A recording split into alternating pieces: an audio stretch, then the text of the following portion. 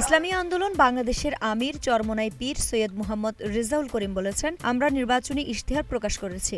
জামায়াত সহ অন্যান্য দলও ইশতেহার প্রকাশ করেছে। ইশতেহারে আমরা পরিষ্কারভাবে বলেছি, শরীয়তকে প্রাধান্য দিয়ে দেশ পরিচালনা করা হবে।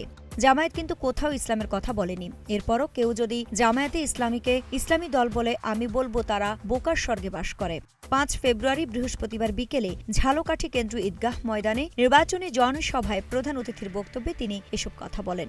চরমোনাই পীর বলেন, 2024 সালের 5 অগাস্ট গণঅভ্যুত্থানের পর আমরা ঘোষণা দিয়েছিলাম ইসলামের পক্ষে একটি বাক্স দেব।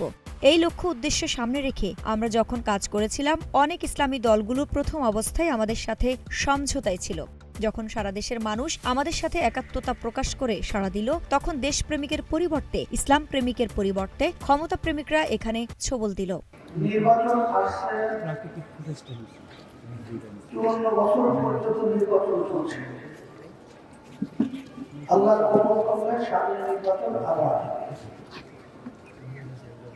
দেশ স্বাধীন হলো 54 বছর চলছে।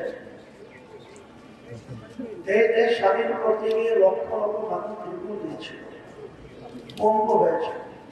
কিন্তু স্বাধীনতার পরে দেশ পরিচালনা যারা করেছে, এদের মাধ্যমে এই তিনটার একটাও আমরা বাস্তবে দেখতে পাই। আইরিন হাসান, নাগরিক প্রতিদিন।